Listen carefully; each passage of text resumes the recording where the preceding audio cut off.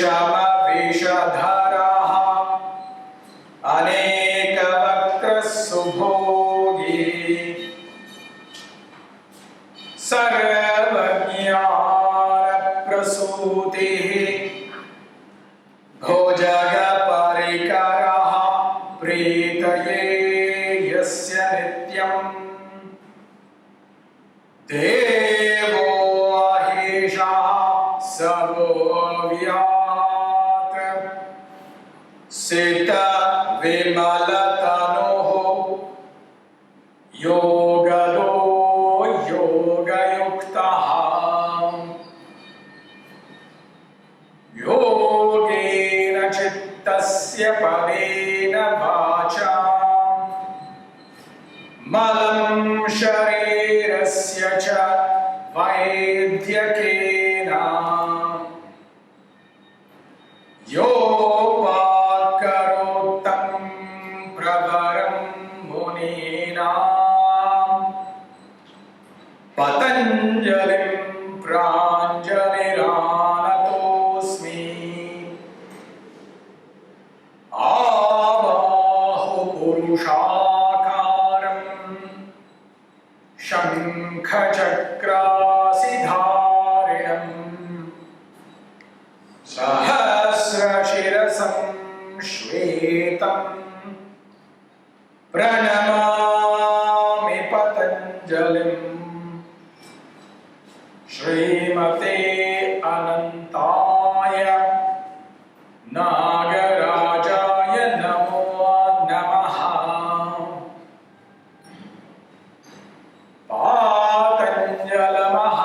पातञ्जलमहाभाष्य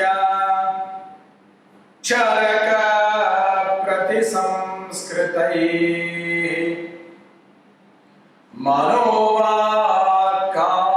दोषाणां हर्त्रे पतये नमः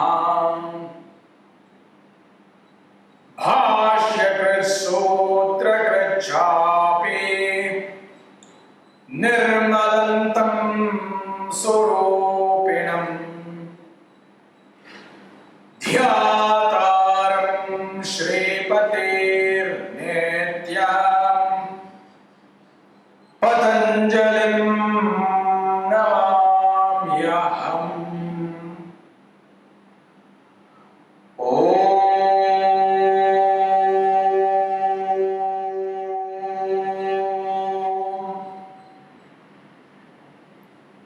तस्मिन् सति श्वास प्रश्वासयोः गतिविच्छेदः प्राणायामः।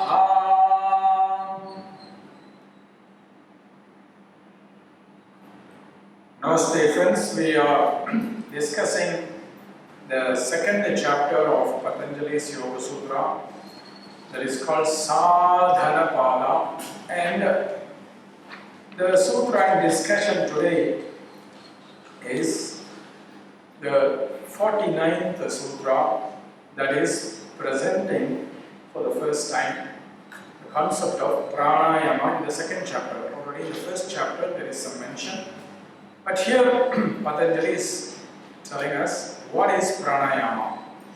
So he defines Pranayama in this sutra as Tasmin Sati Shvasa Prashvasayoho Gati Vichchedaha Prāṇāyāma. So Tasmin Sati is one part. Shvasa Prashvasayoho Gati Vichchedaha is another part. And of course this is called Prāṇāyāma, that is the third part of this sutra. So let us try to understand each part. Tasmin Sati. Tasmin Sati means as after what has been achieved, previously stated what has been achieved, which refers to the previous sutra, Tato Dvandvana Abhigataha. So commentators define this concept of pranayama in the following way. One of the commentators, they say tasmin sati refers to sati asana jaye. That means once asana is mastered. Now, what's the meaning of this? Once the asana is mastered.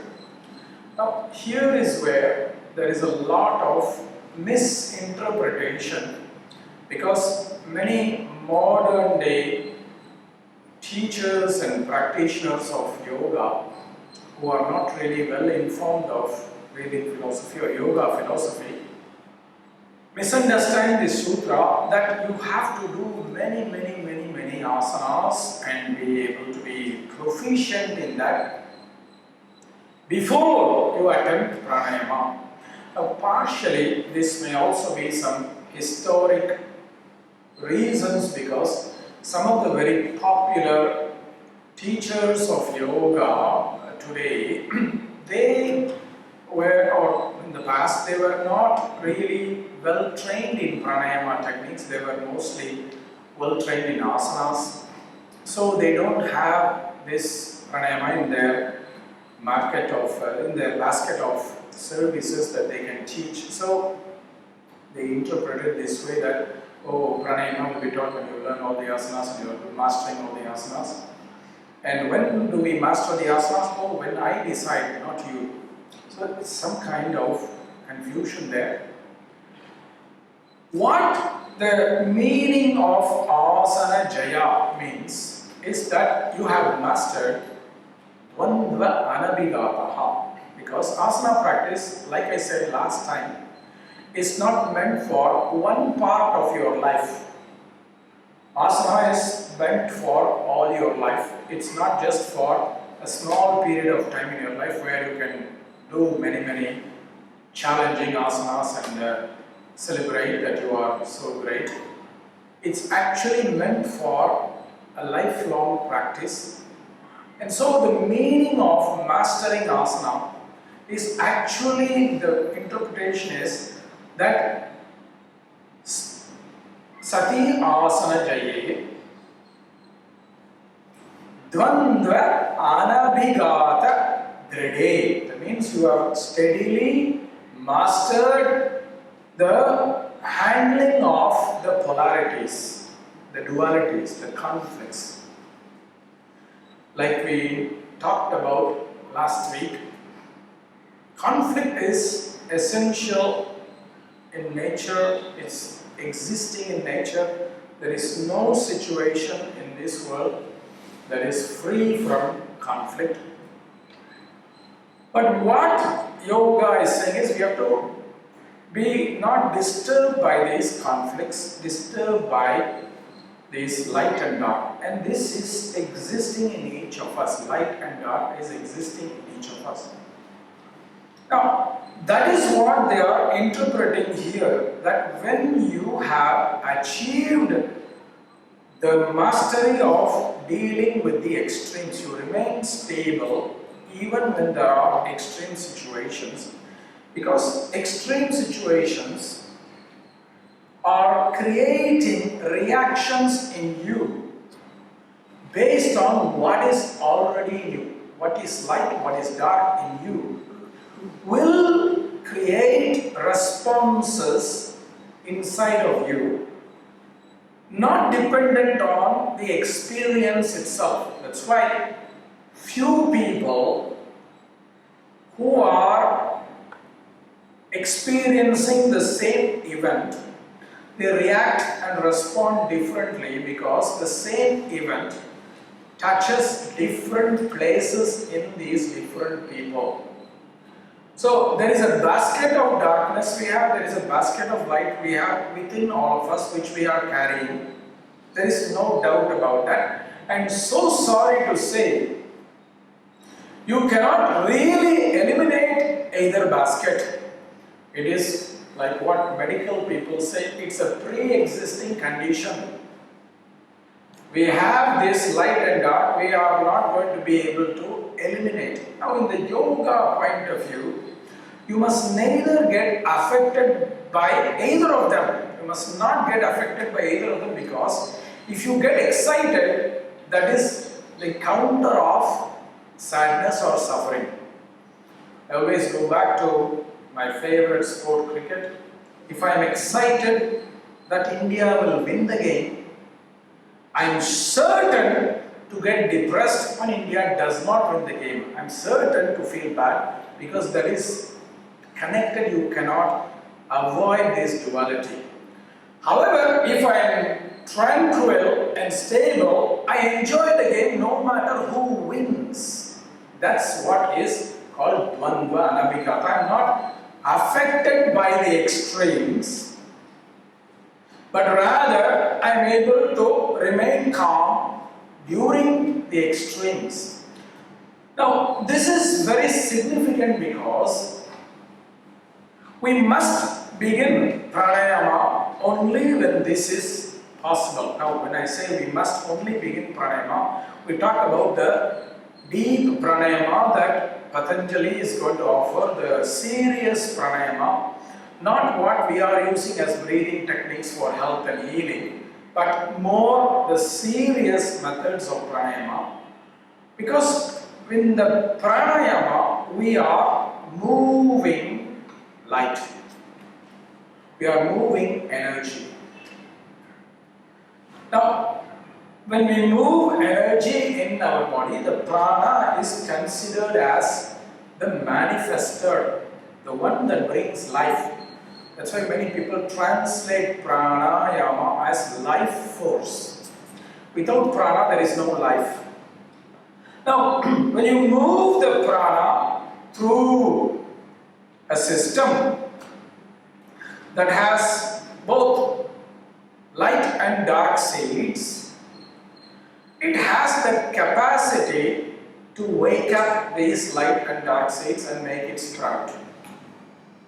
So, that's why Dvandva Anabhigata is a platform, foundation for Pranayama, because we want ourselves to go towards liberation. Please remember, the Aṣṭāṅga-yoga of Patanjali has been presented as a way towards Kaivalyam.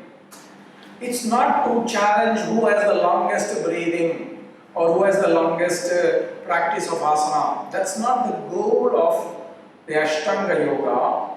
Patanjali has presented Yogāṅga-anuṣṭhāna aṣuddhikshaye jnānadīti avivekakyāte vivekakyāti aviplava hanupāyaha. The sutras that say that this Aṣṭāṅga-yoga that he is presenting, of which Pranayama, asana are part, is towards liberation. Now, just like we can be trapped with our traumas, trapped with our suffering, we can also be trapped by pleasure and excitement. Neither is liberation.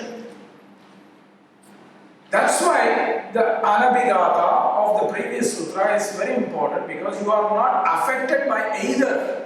Because the goal of Pranayama is in the direction of liberation.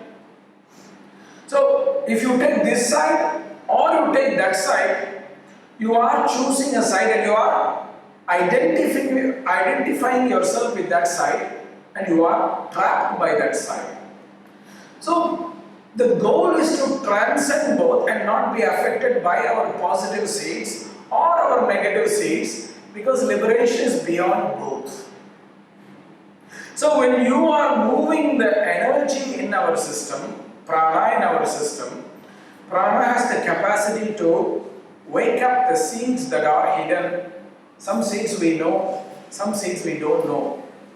Now, this is why, my dear friends, I'm so sorry to say, many people go into crazy states practicing yoga because they have not dealt with the extremes first. They have not transcended the extremes.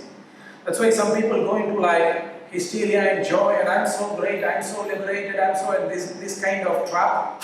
Some people go into like the opposite, they become agitated, negative, they quit their job, they are angry with their partner, they divorce their partner, they are doing all these crazy things because they are trapped by the extreme. The bad states start to wake up because we have not cleaned our system so that it's neutral. You want to boil milk, you need a clean vessel. If there was something else in the vessel, whether it's a good thing or a bad thing, that will still affect the milk that you are boiling. The same with us. If we are affected by this or that, we are not moving towards liberation. That's a very big fundamental flaw in modern days pseudo-spirituality, what we call New Age spirituality, where people are pursuing happiness. The goal of yoga is not happiness. The goal of yoga is liberation from both suffering and pleasures. Because pleasure trap is as painful as the suffering trap. Because when you fall from pleasurable states to a non-pleasurable state, the hurt feels even more painful. So that's why the Anabhigata, Tasmin Sati, Dhrida, Dhride, Sthira Sukhe. You have to be very established in Sthiram and Sukham of the asana so that you are not affected by the dualities that will bother your daily life. Every day you will have something or the other that is good and bad. Yesterday I want to go to dinner with my partner and I go, bike collapses, but dinner is okay. So one or the other will be positive, one or the other will be negative. I want to go with my friends last week for a photography walk. We want to capture sunrise. The sun doesn't rise because there is so many clouds. Suddenly we are agitated because there is no sunrise. But we made other photos of people on the street. So there will be some positive, some negative always in life. If we are affected by that on a daily basis, we are not really ready for spiritual transformation because we are not moving forward. We are trapped. Pleasure trap and pain trap are traps. They are traps, they are not liberating. They become heavy. So that's why this is a very significant sutra because in yoga, the goal is liberation. So that's why the concept of Tasmin Sati is not that we have to master all the asanas that we can do, headstand, handstand, shoulder stand, Padmasana and headstand, Padmasana and shoulder stand, twist in Sarvangasana, twist in Shirshasana, and put every day one photo in Instagram, one photo in Facebook. This is not the goal of yoga because that is modern day pleasure, excitement, egoistic, narcissistic practice of yoga. Patanjali is very practical. He is focused on the goal. The goal is liberation. The goal is not body mastery, like to become like a perfect body, because he knows that body changes throughout our life. It's not going to be the same throughout your life. Having said that, a reasonable amount of stiram and sukham is necessary for pranayama, because pranayama is like meditation on the breath, meditation on conscious breathing, where your body should not create discomfort while you are doing the breathing practice. Say you are trying to sit in a position to do pranayama.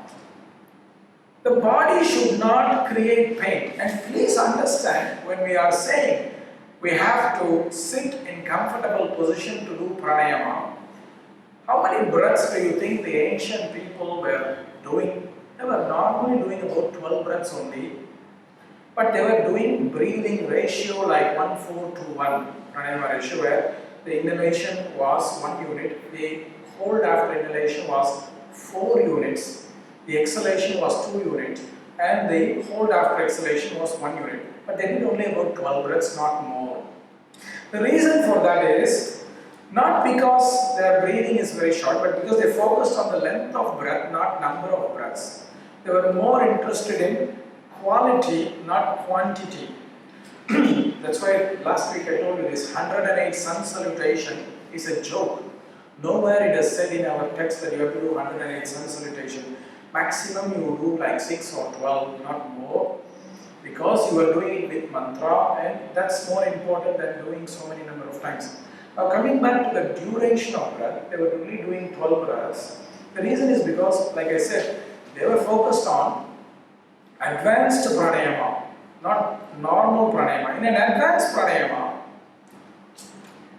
for a beginner, they said the inhalation and exhalation, or the inhalation should be 12 units, 12 matras, which approximately is about 12 seconds. Now consider that. That's the beginner level pranayama. 12 seconds of inhale, 48 seconds of exhale, hold after inhale. That is 60 seconds. Add to that 24 seconds of exhalation. That is 84 seconds. Add to that 12 seconds of hold after exhale. That is 96 seconds. That's approximately 1.5 minutes for one breath. So for 12 breaths, that's about half an hour.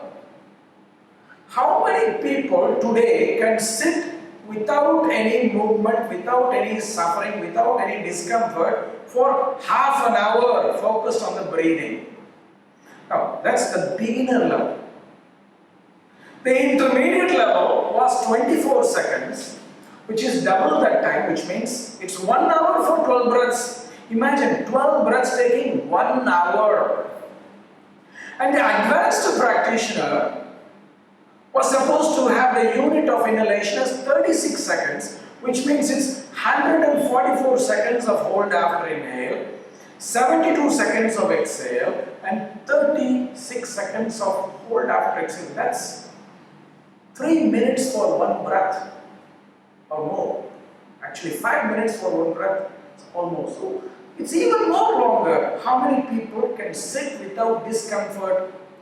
That's why at a reasonable level, we need the body to cooperate so that we can focus on the pranayama. So some essential asana is necessary, but mastering the asana is not that you have to do the whole range of 5,000 asanas and do all this and achieve with force.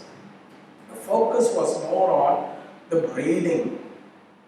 So that's why it's so significant for each of us to understand the yoga from the time of the yogis, what they were meaning at that time. They never had Facebook or Instagram to post those pictures on. They were even alone. So that is why the concept of tasmin sati means a reasonable amount of comfort, stiram and sukham in asana is necessary.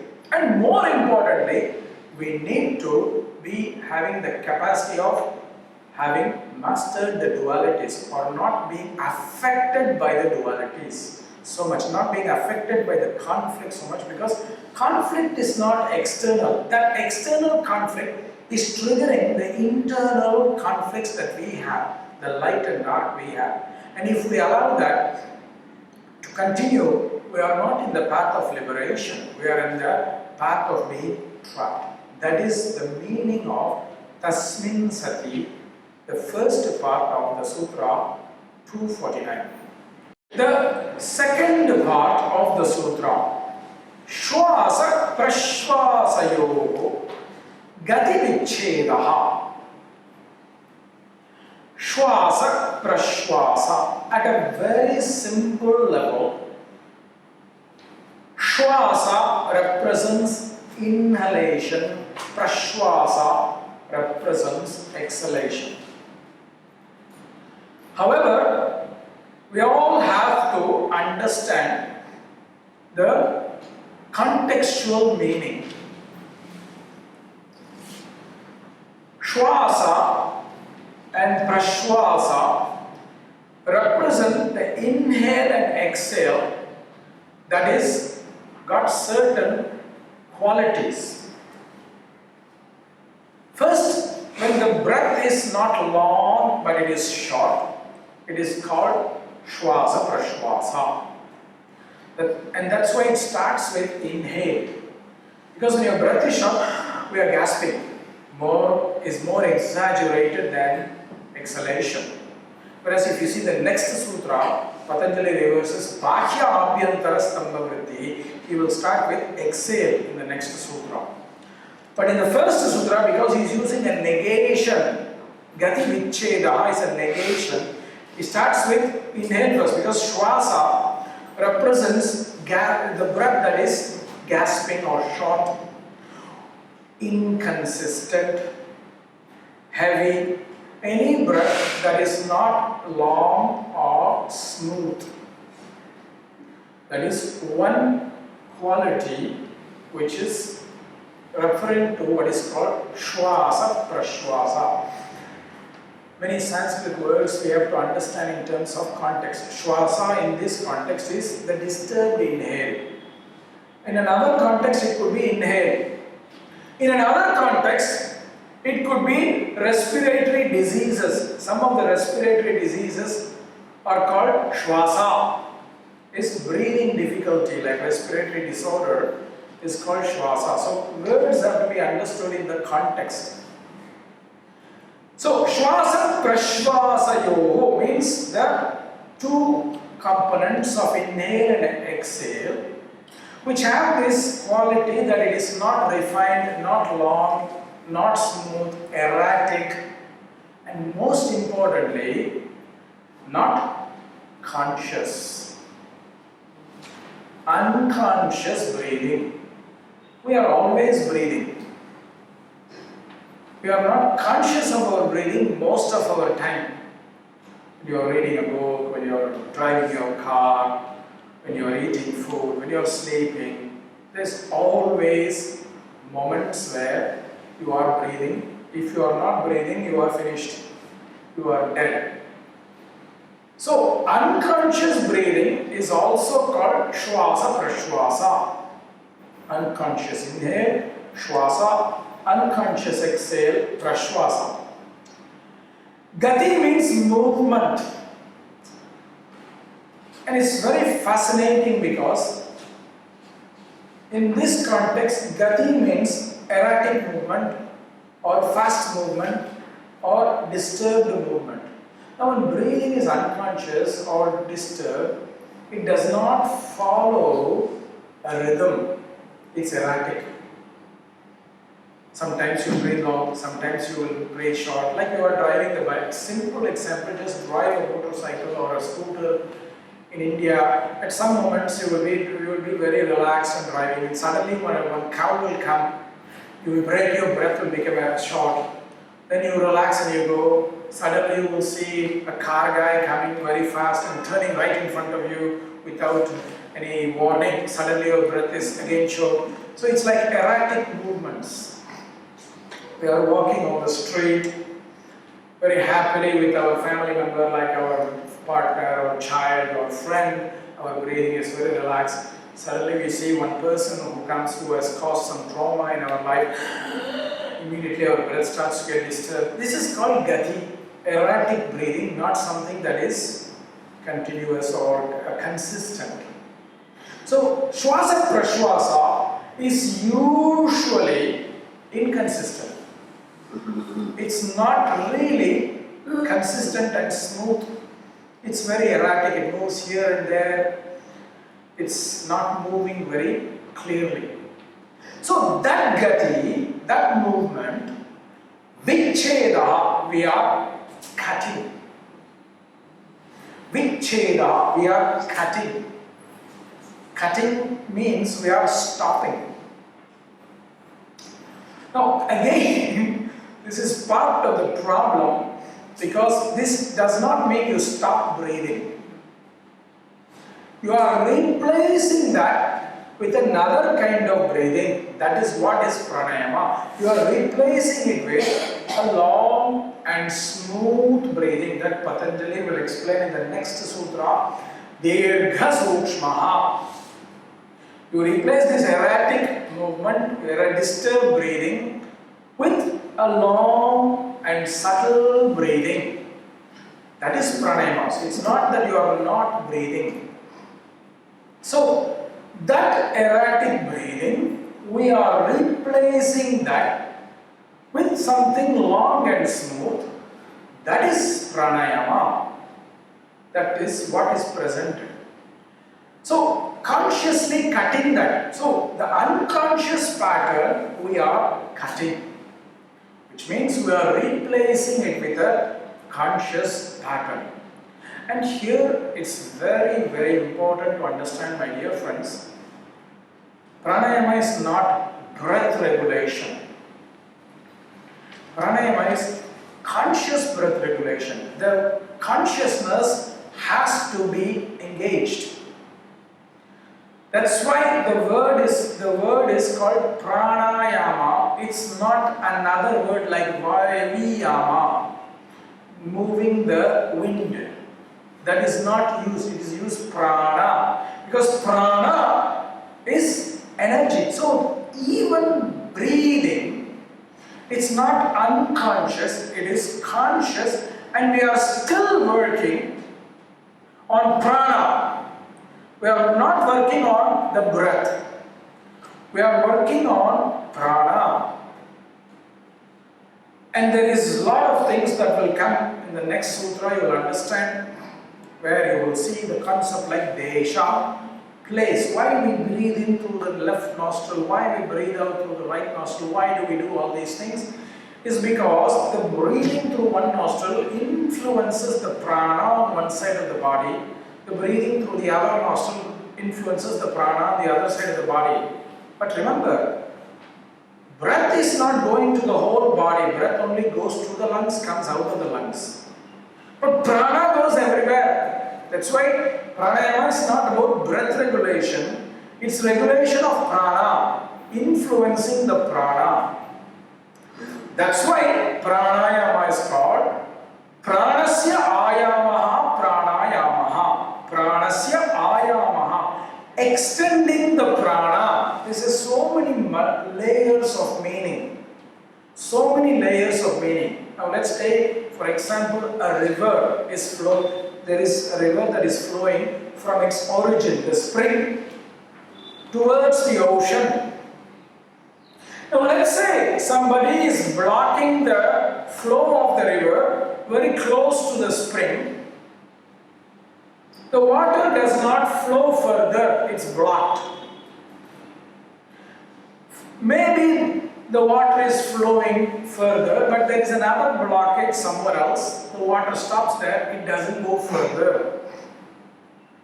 Maybe there is a blockage just before the ocean, a big dam is built, water does not go to the ocean. Right? This is exactly what is happening in our system. All the nadis in our body are named after rivers.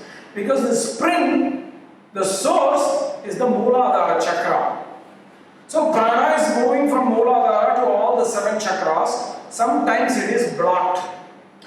So if it's blocked, it means it is not extending to all the chakras.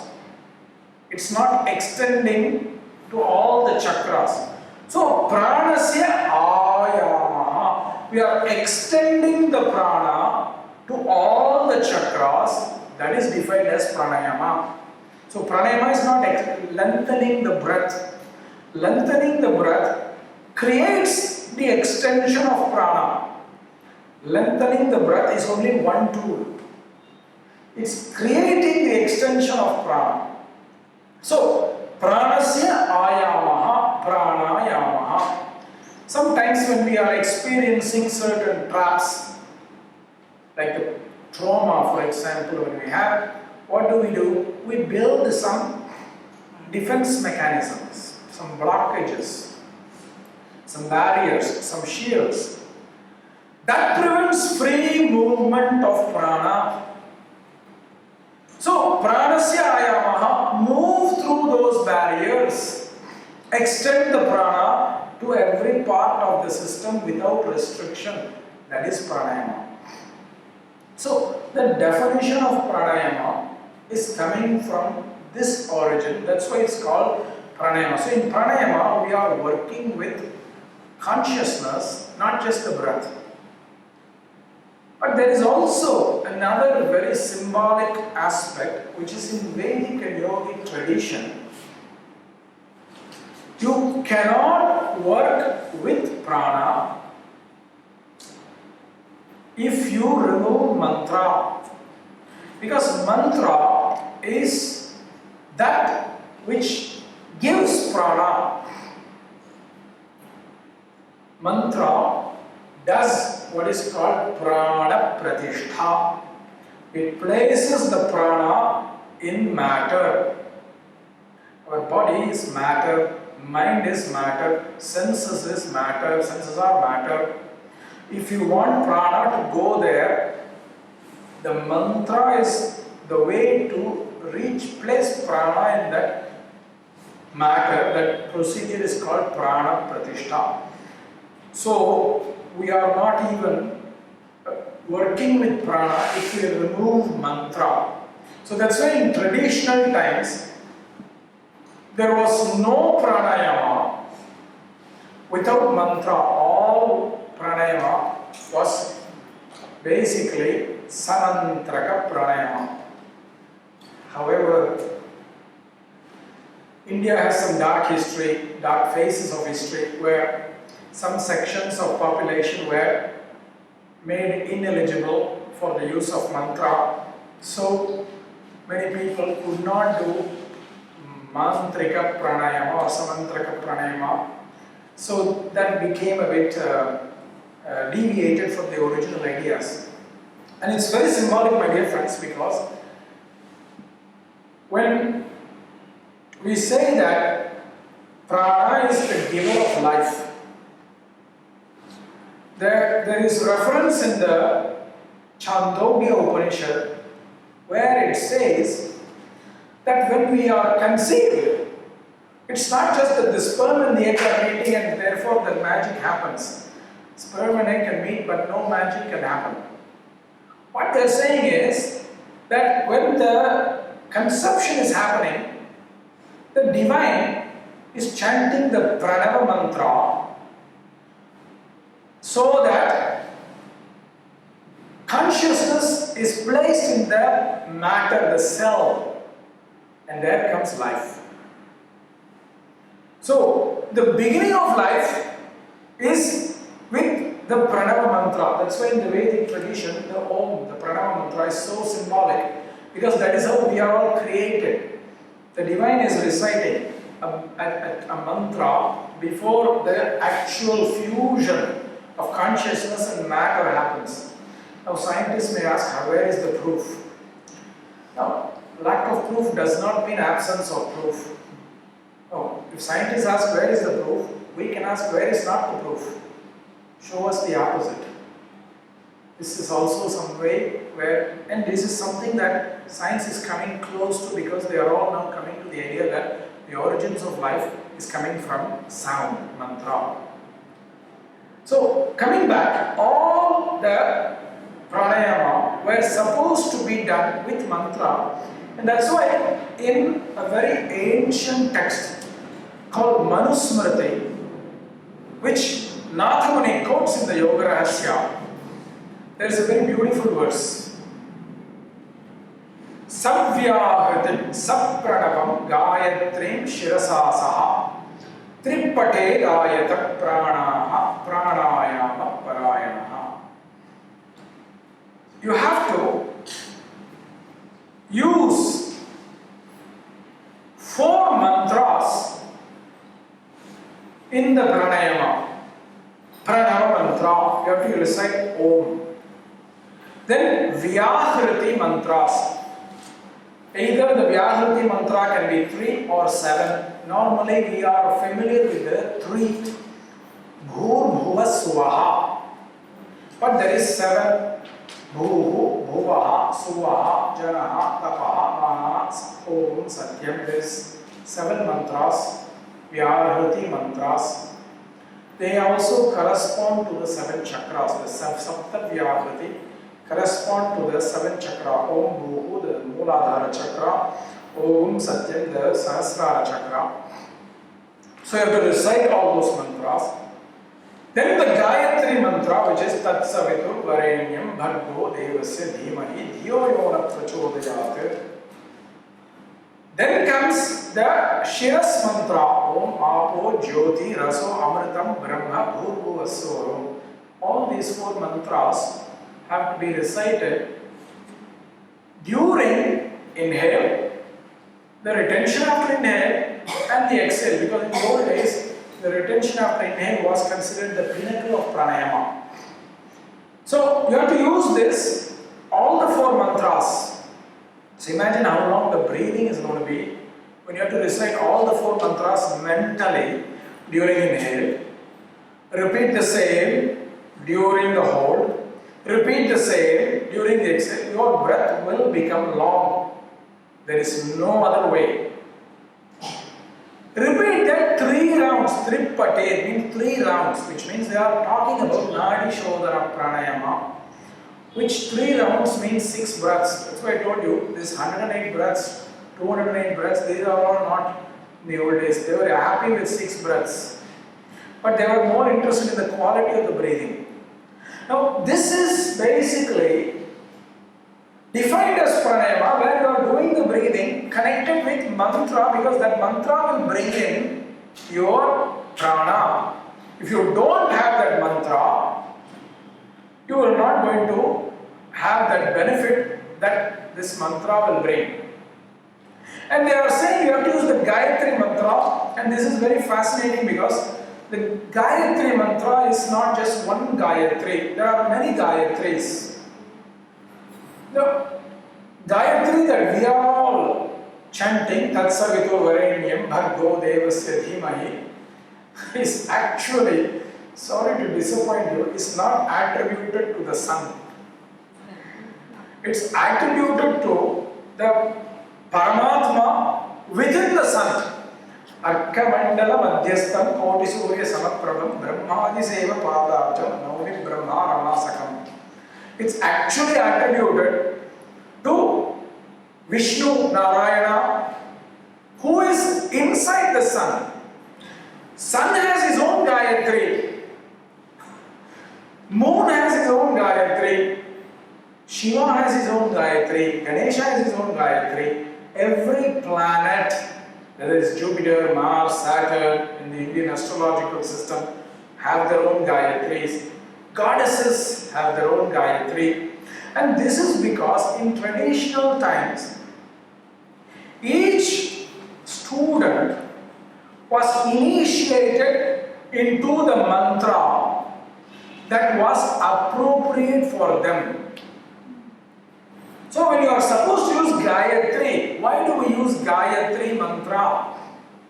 The Gayatri is the name of a meter, a poetic meter, which has 8 syllables, and the Gayatri mantras are always with 24 syllables. So that's why it's used, the word Gayatri refers to the collection of these chants that are all following the same metric. So which Gayatri is appropriate for you, that would be taught as part of your pranayama. If one teacher felt that you needed the sun mantra, they would teach the sun Gayatri. If the teacher felt you needed the moon Gayatri, that is what they will teach, that is what you have to use the pranayama. The length will not change because they are all the same 24 syllables. For somebody else, it could be the goddess Gayatri, they will have that version taught. Somebody else, they will have to worship the Jupiter because somehow the Jupiter needs balance in their horoscope. They will be taught the Gayatri for Jupiter, etc. So that's why this mantra, even though it's saying Gayatri, it's not specific to one Gayatri. It's saying the group of Gayatri mantras, anyone can be used because the metric is the same. So that is why, that is what is defined as Pranayama. 6 breaths with these 4 mantras done on inhalation, retention after inhalation and exhalation, or any other ratio that the teacher is teaching you. That is called Pranayama. Savyahrati Satpranavam Gayatrim Shirasa Saha Tripate Rayata Prana Prāṇāyāma Parayana. It's coming from a very ancient text called Manusmriti, which is our first law, legal text, how to live life, in which they are saying that we have to do Pranayama every day. That's a law for us to do Pranayama every day, because then our life will become a bit better. So this is one of the definitions of Pranayama. In the Bhagavad Gita, there is another definition of Pranayama. Apane jukvati pranam, prana apane tathapare, prana apana gatirudva, Prāṇāyāma parayana. You have to breathe in a particular manner that is called the yogic breathing. Apana is this, prana is this region. Apana is the breath, that the energy it is, which is in the belly region, lower abdomen. Prana is the energy that is in the chest region. In the middle is samana, fire.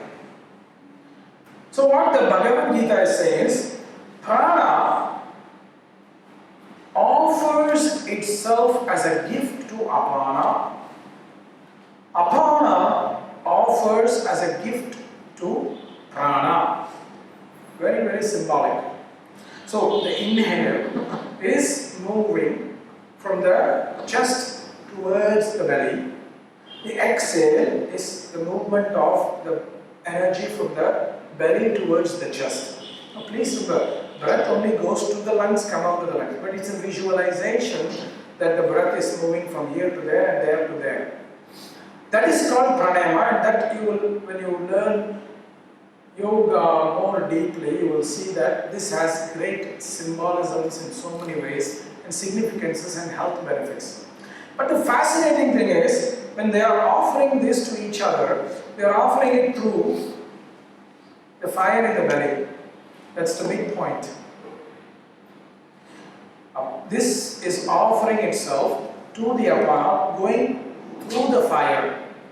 This is offering itself to the prana through the fire. That's very symbolic, because in ancient times, fire is considered one of the great cleansers. So you are cleaning and offering something that is purified. You want to remove toxins from gold. What do? You melt the gold. When you want to remove toxins from iron, what do? You melt the iron. The same way, when you want to remove toxins from one part of the body to offer a gift to another, when you are offering a gift, you don't want to give a toxic gift. You want to give something clean. So that's why this breathing is being called in the Bhagavad Gita as a yajna, an offering, a sacrifice of something that is, you are offering something pure to the other. Now when you start doing that, your breathing will become much, much more longer, much more refined, and you have to consciously do it. You cannot do that unconsciously. That breathing technique will not happen unconsciously. It will only be possible when you are consciously engaged. Now, that is why this is also considered as Prāṇāyāma.